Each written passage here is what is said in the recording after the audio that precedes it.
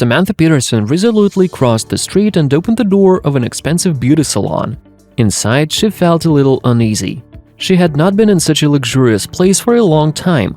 "Hello, is there anything I can help you with?" a hairdresser named Jessica asked. "I wouldn't get a haircut and dye my hair," Mrs. Peterson replied.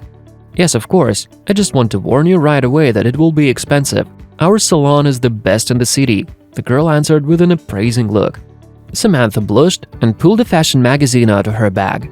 "I want that haircut," she said, pointing to the cover. "And don't worry, I'll pay as much as you say." Looking at the picture, Jessica could hardly stifle her laughter. "Don't you understand? This is a youth haircut. It doesn't suit you at all. If I cut your hair this way, it will look like bald. So I will have to offer you a wig. Choose something simpler and cheaper." "But I want this haircut, and to dye my gray hair," said Mrs. Peterson, and her eyes filled with tears. Gradually, the rest of the salon employees began to join the dispute.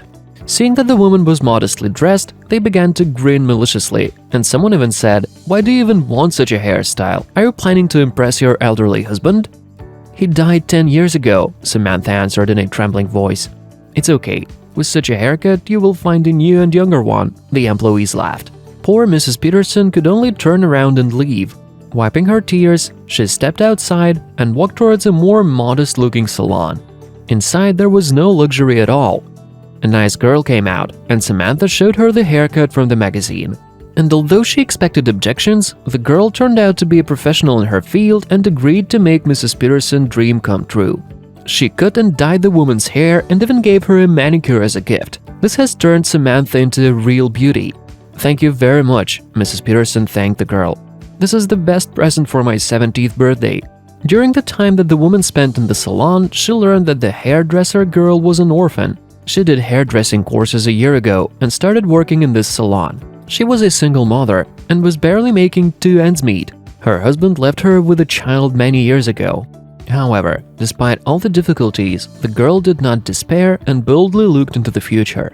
Saying goodbye to the hairdresser, Mrs. Peterson went to the supermarket, and suddenly she heard a familiar voice. "Is that really you? You look so great." It was Kate Rogers, her former student. "Nice to meet you. Today's my birthday. Would you like to come to dinner with me?" Samantha suggested. "I will be very glad, but let's first shop in one place," said Kate. She took the woman by her hand and led her to that very expensive salon. It turned out that she was the owner. She introduced Mrs. Peterson to her staff as her favorite teacher. Jessica did not recognize the woman at first, as her appearance had changed due to the new haircut. When she realized that it was the same woman in front of her, she lowered her eyes. Kate couldn't wait to know her former teacher's opinion on her salon.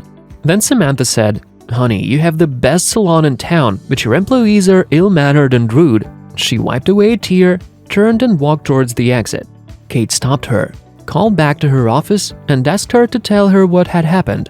When she found out about the behavior of her employees, she immediately fired them all. Then she called her former classmates and invited them to celebrate Mrs. Peterson's birthday. The celebration went well. Samantha was so happy, and the next day she felt even happier because Kate went to the salon where the kind girl was working and offered her a place as a hairdresser in her company.